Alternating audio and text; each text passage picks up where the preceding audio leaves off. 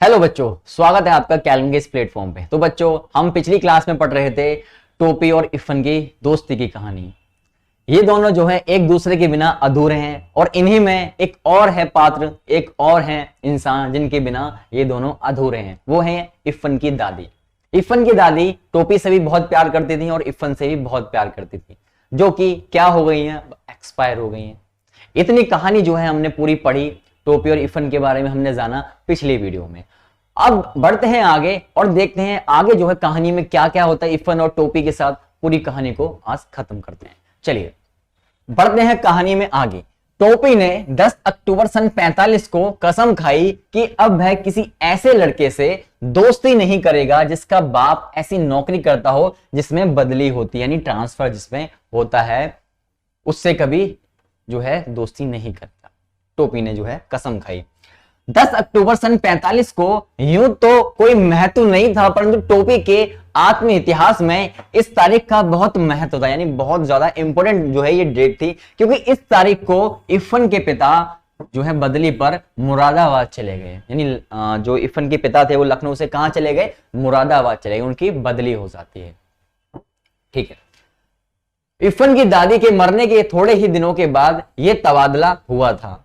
तबादला मतलब ट्रांसफर हुआ था, इसलिए टोपी और भी जो है अकेला हो गया, क्योंकि दूसरे कलेक्टर ठाकुर हरिनाम सिंह के 3 लड़कों में से कोई उसका दोस्त नहीं बना। यानी उस जगह पे कौन आया, इफन के परिवार वालों के जाने के बाद जो है हरिराम जो है वहां पे आए।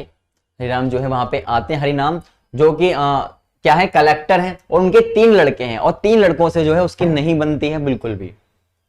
डब्बू बहुत छोटा था, बीलू बहुत बड़ा था और गुड्डू था तो बराबर का, परंतु केवल अंग्रेजी बोलता था। यानी जो उसके 3 लड़के थे कलेक्टर के, उनमें से तीनों बेकार थे, यानी उसके से दोस्ती करने लायक नहीं थे।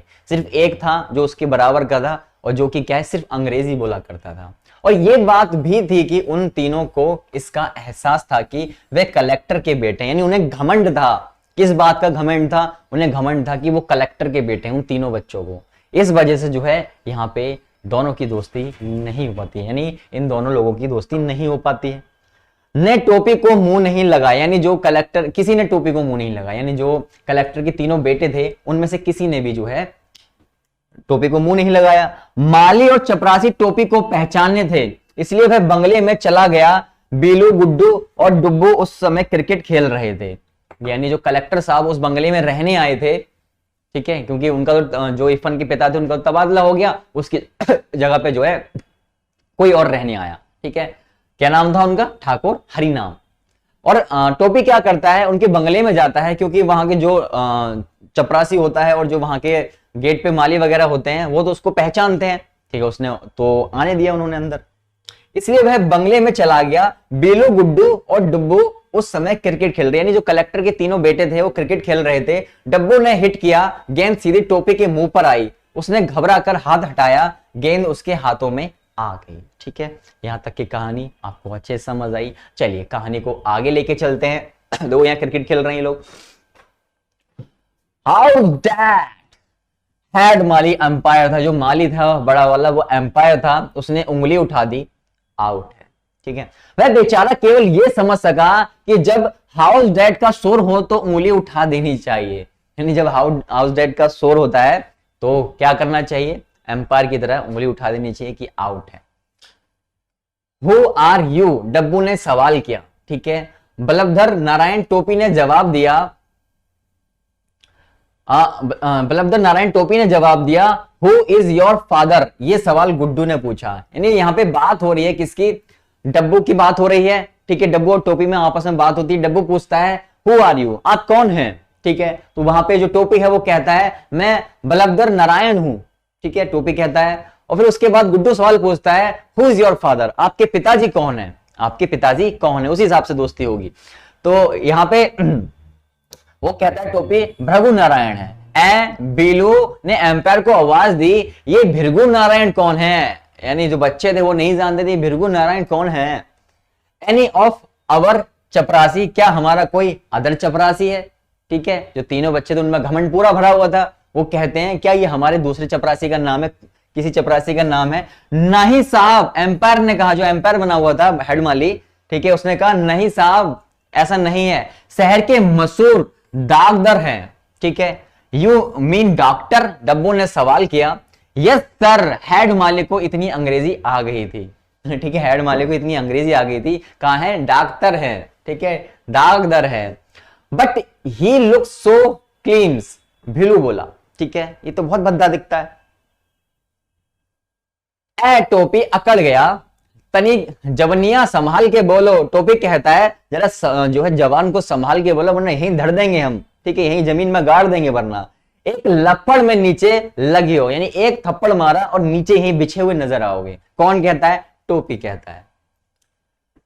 ओह यू, भीलू ने हाथ चला दिया, टोपी लुढ़क गया, यानी भीलू ने जो है हाथ चला दिया और जो है टोपी लुढ़क जाता है। फिर वह गालियां बकता हुआ उठा और परंतु हेड माली बीच में आ गया और डब्बू ने अपनी अल्सेशियन को सुस्कार दिया, यानी अल्सेशियन को उन्होंने क्या किया, डब्बू ने सुस्कार दिया, यानी शांत हो गया वो। चलिए, क्योंकि हेड माली जो है बीच में आ गया। पेट में 7 सुइयां भुकी तो टोपी के होश ठिकाने आए, यानी अब टोपी को एहसास हो गया कि उसका जो है अब कोई नहीं है, कोई उसके साथ नहीं खेलने वाला है। तो टोपी को ये एहसास हो गया जब उसने हाथ उठाया। करता भी क्या बेचारा टोपी, और फिर उसने कलेक्टर साहब के बंगले का रुख नहीं गया, यानी वापस से वो कहां नहीं गया, कलेक्टर साहब के बंगले पे वो नहीं जाता है। परंतु प्रश्न ये खड़ा हो गया कि फिर आखिर ये वह करे क्या, यानी वह करे क्या, ये जो है यहां पे प्रश्न उठ गया कि टोपी अब करेगा क्या आगे। घर में ले देकर बूढ़ी नौकरानी सीता थी जो उसका दुख दर्द समझती थी, तो वह उसी के पल्लू में चला गया और सीता की छाया में जाने के बाद उसकी आत्मा भी छोटी हो गई। सीता को घर के सभी छोटे बड़े डांट लिया करते थे, टोपी को भी घर के सभी छोटे बड़े डांट लिया करते थे, दोनों को जो है खूब डांट खाने को मिलती थी। इसलिए दोनों एक दूसरे से जो है प्यार करने लगे। जो नौकरानी थी और ये जो टोपी था, दोनों एक दूसरे को प्यार करने लगे। टेक मत किया करो बाबू, एक रात जब मुन्नी बाबू और भैरव का दाज करने पर वह बहुत पिटा तो सीता ने उसे अपने कोठरी में ले जाकर समझाना शुरू किया। यानी जो नौकरानी थी सीता, उसने बहुत समझाया कि टोपी हरकतें मत करो, ठीक है, क्योंकि अब तुम्हारा जो है यहाँ कोई नहीं है, ठीक है। बात यह हुई कि जाड़ों के दिन थे, यानी सर्दियों के दिन थे। मुन्नी बाबू के लिए कोट का नया कपड़ा आया, यानी मुन्नी बाबू जो बड़ा भाई था उसके लिए क्या आया, कोट का कपड़ा आया, ठीक है। भैरव के लिए भी नया कोट बना, भैरव के लिए भी नया कोट बनाया गया, यानी जो मुन्नी और उसके दो मुन्नी बाबू थे और भैरव था, दोनों ही जो है उनके लिए नए नए कपड़े जो है लाए गए। लेकिन क्या होता है, टोपी को मुन्नी बाबू का कोट मिला, यानी जो टोपी था उसको उतरा हुआ कोट मिला, यानी उतरे हुए कपड़े मिले। किसके मिले? मुन्नी बाबू के, कि मुन्नी बाबू के कपड़े तुम्हें पहनने पड़े होंगे और बाकी जो दो भाई हैं बड़े, इनको जो है नए नए कपड़े सिलवा दिए गए। कोट बिल्कुल नया था, मुन्नी बाबू को पसंद नहीं आया था, यानी कोट जो है बिल्कुल नया था लेकिन मुन्नी बाबू को पसंद नहीं आया, इसलिए मुन्नी बाबू ने कहा टोपी तू पहन ले। फिर भी बना तो था उन्हीं के लिए, तो उतरा नहीं हुई।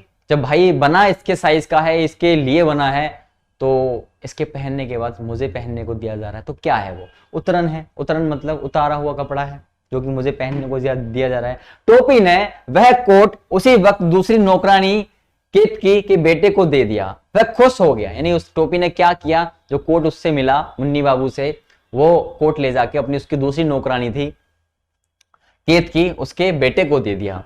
वह खुश हो गया। नौकरानी के बच्चे को दे दी जाने वाली चीज वापस तो ले नहीं जा सकती, इसलिए तय हुआ कि टोपी जाड़ा खाएगा। यानी ये फिक्स हो गया कि टोपी को अब कुछ नहीं दिया जाएगा, क्योंकि जाड़े का समय है, सर्दियों का टाइम है, और इस टाइम ही जो कोट जो है सिलवाए गए थे कि सर्दी से बचा जा सके। लेकिन टोपी ने क्या किया, टोपी ने मुन्नी बाबू का कोट जो है उठा के अपनी जो है दूसरी नौकरानी थी केतकी, उसके बेटे को दे दिया। अब उससे वापस तो मिलता नहीं, ठीक है, क्योंकि वापस लेना ही बेकार है। तो घर वालों ने डिसाइड किया कि अब जो है ये जाड़े में ही रहेगा, ये सर्दी में ही रहने वाला है। चलिए आगे चलते हैं। हम जाड़ा ओड़ा ना खाएंगे, भात खाएंगे। टोपी ने कहा कि हम जो है जाड़ा वाड़ा नहीं खाएंगे, हम खाएंगे भात, हमें भात लाया जाए। तुम जूते खाओगे, सुभद्रा देवी बोली। सुभद्रा देवी क्या बोलती हैं कि तुम ना जाड़ा खाओगे ना भात खाओगे, तुम खाओगे जूते जो कि तुम्हें खाने को दिए जाएंगे। आपको यूं ना मालूम कि जूता खाया नहीं जाता पहना जाता है। टोपी कहता है कि आपको इतना भी नहीं पता कि जूते को खाते नहीं है, पहनते हैं। दादी से बदतमीजी करते हो, मुन्नी बाबू ने बिगड़ कर कहा। तो मुन्नी बाबू उसका बड़ा भाई था, वो कहता है दादी से बदतमीजी करते हो, तुम्हारी इतनी हिम्मत, इतनी मजाल। आइए चलते हैं आगे। का हम इनकी पूजा करें। टोपी कहता है तो क्या हम इनकी पूजा करें, इनकी आरती उतारें, ठीक है, जो हमारे साथ भेदभाव कर रही हैं, तो क्या हम इनके साथ आरती उतारें। फिर क्या था, दादी ने आसमान सिर पे उठा लिया, राम दुलारी ने उसे पीटना शुरू कर दिया। ठीक है, राम दुलारी ने जो है उसे पीटना स्टार्ट कर दिया। मतलब बिल्कुल ढोल था, जो मिले वही उसे जो है पेल देता था टोपी को। आगे चलते हैं। तो 10वां में पहुंच गई बाढ़, सीता ने कहा तुम्हें दादी से टर्राव के ताना नहीं चाहिए। यानी तुझे जो है तो ऑलमोस्ट जो है 10 साल का हो चुका है और तुझे जो है दादी से पंगे नहीं लेने चाहिए। बात को समझाया सीता ने, नौकरानी जो थी उनकी। किनो वो तोहार दादी बाड़िन, कि वो तुम्हारी दादी है, ऐसे नहीं करना चाहिए। सीता ने तो बड़ी आसानी से कह दिया कि वह 10वीं में पहुंच गया है, परंतु ये बात इतनी आसान नहीं थी। 10वीं में पहुंचने के लिए उसे बड़े पापड़ बेलने पड़े। 10वीं जो है यहाँ पे किसकी बात हो रही है, 10वीं जो है यहाँ पे कक्षा की बात। चलिए, 2 साल तो वह फेल ही हुआ था, तो वह सन 49 में ही पहुंच गया था, परंतु 10वें में वह उसे सन 52 में पहुंच सका, जब वह पहली बार फेल हुआ। यानी जो टोपी था वो 2 बार फेल हो चुका था। ठीक है, इफन के जाने के बाद वो टूट चुका था, इस वजह से फेल होता रहा वो। तो मुन्नी बाबू इंटरमीडिएट में फर्स्ट आए और भैरव छठे में फर्स्ट आया। सारे घर ने उसे जवान की नोक पर रख लिया। ठीक है भाई, ऐसा ही होता है कि जब आपके 2-3 भाई हैं, उनमें से जो है पढ़ाई कर रहे हैं तीनों, और जो बाकी 2 भाई हैं वो फर्स्ट आते हैं, अच्छे हैं पढ़ने में, और आप नहीं हो पढ़ने में अच्छे, तो आपकी इज्जत जो है कम हो जाती है घर में। ठीक है, जो माँ बाप होते हैं वो भेदभाव करना वहां स्टार्ट कर देते हैं, जो कि गलत है एक तरीके से, लेकिन क्या किया जा सकता है, कुछ नहीं किया जा सकता, सबकी अपनी अपनी फैमिली के हिसाब से होता है। तो भेदभाव जो है यहाँ पे टोपी को देखने को मिलता है कि उसके 2 बड़े भाई हैं, उनसे तो प्यार हो रहा है, ठीक है, क्योंकि वो फर्स्ट आ रहे हैं, लेकिन मैं पढ़ने में बेकार हूं, मैं फेल होता हूं, तो मेरी इज्जत ही नहीं है इस घर में। बात ये नहीं थी कि वह गाउदी था, वह काफी तेज था, परंतु उसे कोई पढ़ने ही नहीं देता था। यानी बात ये नहीं थी कि वो पढ़ता नहीं था, बात ये थी कि उसे पढ़ने नहीं दिया जाता था। ठीक है, उसे पढ़ने नहीं दिया जाता था। जब वह पढ़ने बैठता तो मुन्नी बाबू को कोई काम निकल आता था। यानी मुन्नी बाबू बड़े भाई जो है वो कहते थे जा चाय लेके आ, ठीक है, जा पानी लेके आ, होते हैं ना बड़े भाई कहते हैं, ठीक है, छोटे भाई से कहते हैं जा ये बाहर से सामान लेके आ, तो वो हुक्म चलाते रहते हैं, ऑर्डर देते रहते हैं। तो वही जो है यहाँ पे मुन्नी बाबू जो है किसके साथ कर रहे हैं, टोपी के साथ कर रहे हैं। राम दुलारी को कोई ऐसी चीज मंगवानी पड़ जाती जो नौकरों से नहीं मंगवाई जा सकती। ये सब कुछ ना होता तो पता चलता कि भैरव ने उसकी कॉपियों के हवाई जहाज उड़ा डाले हैं। यानी जो भैरव था, छोटा भाई था, उसने क्या किया, पेज फाड़े और उसके हवाई जहाज बनाए और सब उड़ा डाले। ठीक है, यानी टोपी को पूरे घर में पढ़ने नहीं दिया। जब भी पढ़ने बैठे, ये काम करके आ बाहर का, वो काम करके आ, पढ़ने बैठता था तो भाई जो भैरव था वो उसकी हवाई जहाज बना देते थे उसके पेजेस के। तो ये सब जो है वहां पे टोपी को सहना पड़ रहा था। दूसरे साल उसे टाइफाइड हो गया। भाई जो टोपी था उसे दूसरे साल क्या हो गया, टाइफाइड हो गया। तीसरे साल वह 3rd डिवीजन में पास हो गया। वह ये 3rd डिवीजन कलंक के टीके की तरह उसके माथे पे चिपक रहा था। ठीक है, आगे चलते हैं। परंतु हमें उसकी मुश्किलों को भी ध्यान में रखना चाहिए। सन 49 में वह अपने साथियों के साथ था, वह फेल हो गया, साथी आगे निकल गए। जब आप देखते हो कि जब आप अपने साथियों के साथ हो, क्लासमेट के साथ हो, और आप फेल हो जाओ और वो जो है आगे निकल जाए, वो आगे जमात में यानी अगली क्लास में पहुंच जाए, तो दुख तो होता है। तो यहाँ पे जो दुख था वो टोपी को बहुत ज्यादा हो रहा था। सन 50 में उसे उसी दर्जे में उन लड़कों के साथ बैठना पड़ा जो पिछले साल 8वें में थे। ठीक है, सन 1950 में उन्हें उन लड़कों के साथ बैठना पड़ा जो पिछले साल उससे छोटी क्लास में थे। अब जब फेल हो गया तो उसी दर्जे में रहा, उसी कक्षा में रहा, तो जो 8वीं वाले जो है पास होके आते हैं उसके साथ बैठते हैं। चलिए, पीछे वालों के साथ एक ही दर्जे में बैठना कोई आसान काम नहीं। ठीक है, यानी पीछे वाले जो लोग होते हैं, जो उसके साथ ही, उनके साथ बैठना जो है, सेम कक्षा में बैठना कोई आसान बात नहीं है। उसके दोस्त 10वीं में थे, उन्हें वह उन्हीं से मिलता, यानी जो उसके दोस्त थे वो तो पास हो गए, लेकिन टोपी फेल हो गया। अब दोस्ती करे तो करे किससे? तो जो उसके दोस्त थे 10वीं में जो पहुंच गए, उन्हीं से जाके वो मिलता था, उन्हीं के साथ खेलता था। अपने साथ हो जाने वालों में से किसी एक के साथ उसकी दोस्ती ना हो सकी। वह जब भी क्लास में बैठता, वह अपना बैठना अजीब लगता, यानी जब भी वो क्लास में बैठता, जो उसके क्लास के थे, जो कि पीछे क्लास से पास होके आए थे, उनके साथ वो अजीब फील करता, अनकंफर्टेबल जो है उसे वहां पे फील होता था बच्चों। चलिए आगे चलते हैं। उस पर सितम यह हुआ कि कमजोर लड़कों को मास्टर जी समझाते थे तो उसकी मिसाल देते थे। ओ हो, यानी कमजोर बच्चों को जब कहते थे कि बेटा पढ़ लो, मास्टर जी कहते थे बेटा पढ़ लो वरना इस टोपी जैसे फेल होते रहोगे। नहीं, एग्जाम्पल की तरह जो है टोपी को यूज किया जाने लगा मास्टर जी के द्वारा कि ये जो है इतना नालायक है, ठीक है, इतना जो है काबिल नहीं है, पढ़ने लायक नहीं है ये, तो इसकी तरह अगर नहीं बनना है तो आपको क्या होगा, पढ़ना होगा। ये सब जो है मास्टर जी बाकी बच्चों से कहते थे। आइए, क्या मतलब है राम अवतार? ये मोहम्मद अली बलभद्र की तरह इसी दर्जे में टिके रहना चाहते हो क्या? ठीक है, तो राम अवतार से कहते हैं मास्टर जी, क्या इस बलभद्र की तरह यानी टोपी की तरह ही इस दर्जे में रहना चाहते हो? आगे नहीं बढ़ना है, पास नहीं होना है। ये सुनकर सारा दर्जा हंस पड़ता है, यानी जो बाकी बच्चे थे, दर्जा मतलब होता है कक्षा, ठीक है, जो कक्षा में जो बच्चे थे वो हंस पड़ते इस बात से। हंसने वाले वे होते जो पिछले साल 8वीं में थे, यानी जो 8वीं में थे वो अब ये 9th क्लास में था, ठीक है, तो 8वीं के जो बच्चे थे वो पास होके 9th क्लास में आ गए, और इसके जो दोस्त थे वो पास होके 10वीं क्लास में पहुंच गए थे। बड़ा परेशान था बेचारा।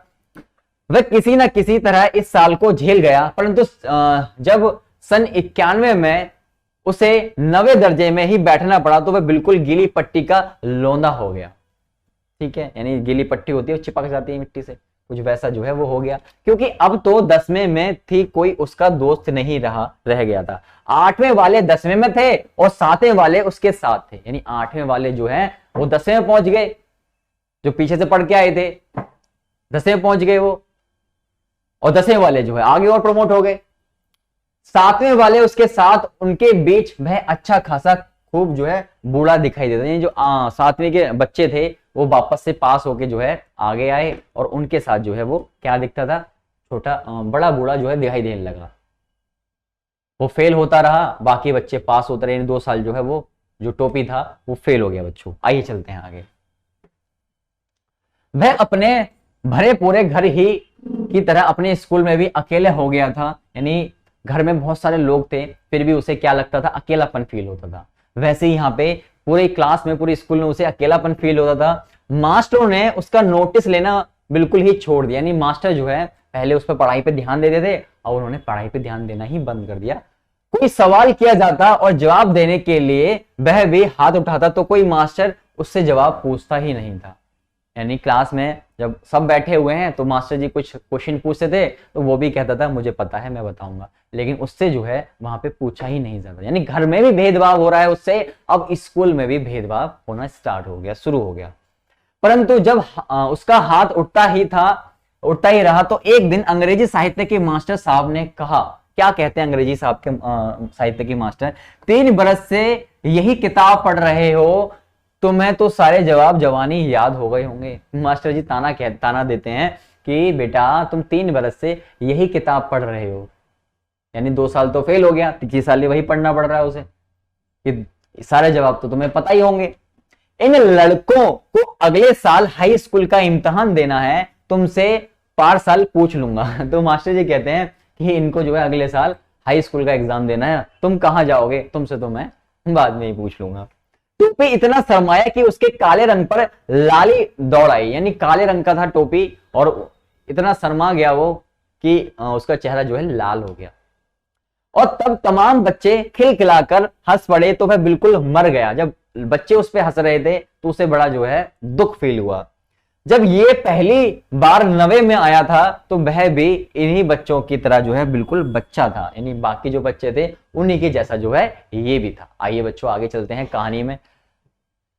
कहानी में चलते हैं। फिर उसी दिन अब्दुल वहीद ने रिसेज में ये तीर मारा कि टोपी बिल्कुल बिलबिला उठा। ठीक है, रिसेज यानी जो छुट्टी का टाइम होता है, लंच का टाइम होता है, उसमें एक तीर मारा गया किसके द्वारा? अब्दुल वहीद के द्वारा। वहीद क्लास का सबसे तेज लड़का था, मॉनिटर भी था, और सबसे बड़ी बात यह है कि वह लाल तेल वाले डॉक्टर सरफुद्दीन का बेटा था। किसका बेटा था? सरफुद्दीन, लाल तेल वाले सरफुद्दीन का बेटा। उसने कहा, बलभद्र अबे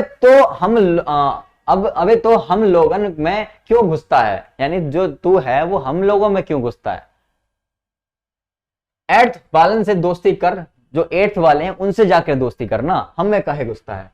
हम लोग तो निकल जाएंगे, बाकी तुम्हें तो उन्हीं समन के साथ रहकर थोड़े हैं, यानी तू तो जो है यही रहेगा, क्योंकि तू भी अगले साल फेल होने वाला है, हम लोग तो पास हो जाएंगे। यानी तू जाके जो है, तू 9th क्लास में है, तू जाके 8th वालों से दोस्ती कर। ठीक है, 8th वालों से दोस्ती करेगा तो वो 8th के 9th में आएंगे, तो तुम दोनों जो है साथ साथ हो जाओगे, तो आराम से रह पाओगे। ये कहता है यहाँ पे। ये बात टोपी के दिल के आर पार हो गई और उसने कसम खाई कि टाइफाइड हो या टाइफाइड का बाप, उसे पास होना है, यानी कोई नहीं रोक सकता उसे पास होने से। अब परंतु बीच में चुनाव आ गए, बीच में जो है चुनाव, यानी उसके फादर जो है चुनाव में खड़े हुए टोपी के, और बीच में चुनाव आ गए। अब चुनाव आ गए तो भाई पढ़ने जैसा माहौल तो होगा नहीं घर में। आइए चलते हैं कहानी को आगे लेके। डॉक्टर भृगु नारायण नीले तेल वाले खड़े हो गए। अब जिस घर में कोई चुनाव के लिए खड़ा हो गया उसमें कोई पढ़ लिख कैसे सकता है? भाई चुनावी माहौल है। वह तो जब डॉक्टर साहब की जमानत जब्त हो गई तब घर में जरा सन्नाटा हुआ, यानी डॉक्टर साहब जो है चुनाव हार गए, उनकी जमानत जब्त हो गई। जमानत जब्त होता है, एक रुपया जो है थोड़ा सा जमा किया जाता है, 15-20 हजार रुपए, चुनाव लड़ते टाइम, चुनाव आयोग में फॉर्म भरते टाइम, और उसी को कहते हैं जमानत। और होता क्या है, जब अगर जो कैंडिडेट है वो हार जाता है, जब कैंडिडेट हार गया तो वो जो जमानत जो है दी गई है, यानी 15-20 हजार रुपए जमा किए गए हैं, वो वापस नहीं मिलते हैं। ठीक है, तो उसी को कहते हैं जमानत जब्त होना। ठीक है बच्चों, चलो। घर में जरा जो है सन्नाटा छा गया। टोपी ने देखा कि इम्तिहान सर पे खड़ा है, वह पढ़ाई में जुट गया, परंतु ऐसे वातावरण में क्या कोई पढ़ सकता है जब घर में सन्नाटे का माहौल हो? इसलिए उसका पास ही हो जाना बहुत था, यानी वो जो पास हो जाता इतना ही काफी था, क्योंकि वो फेल ही हो रहा है। वह दादी जो है बोली, भगवान नजरे बद से बचाए, रफ्तार अच्छी है, तीसरे दर्जे में पास तो हो गए, दर्जे में पास तो हो गए। चलिए, तो यहाँ पे जो है फाइनली वो पास हो जाता है और ये चैप्टर जो है फाइनली खत्म होता है। तो बच्चों कैसी लगी आपको इफ़न और टोपी की दोस्ती? ठीक है, आई होप आपको अच्छी लगी होगी। जो टोपी पे जुल्म हो रहे हैं वो आप पे ना हो, तो ऐसी कोशिश करना, अच्छे से पढ़ना, और अच्छे से पढ़ोगे और जो भी सिचुएशन हो उसमें पढ़ाई मत छोड़ना, बस पढ़ते रहना, क्योंकि लास्ट में जो है आपके क्या काम आने वाला है, लास्ट में आपके सिर्फ पढ़ाई काम आने वाली है। ठीक है, तो अच्छे से पढ़िएगा मन लगा के, और जो आपके 10th के एग्जाम है उन्हें अच्छे से फोड़ दीजिएगा। तो चलिए बच्चों, इस वीडियो में इतना ही रखते हैं, मिलते हैं नेक्स्ट वीडियो में क्वेश्चंस के साथ। इससे रिलेटेड जितने भी क्वेश्चंस होंगे उनको हम लगाने वाले हैं। तब तक अपना ख्याल रखिए, खुश रहिए। जय हिंद, जय भारत।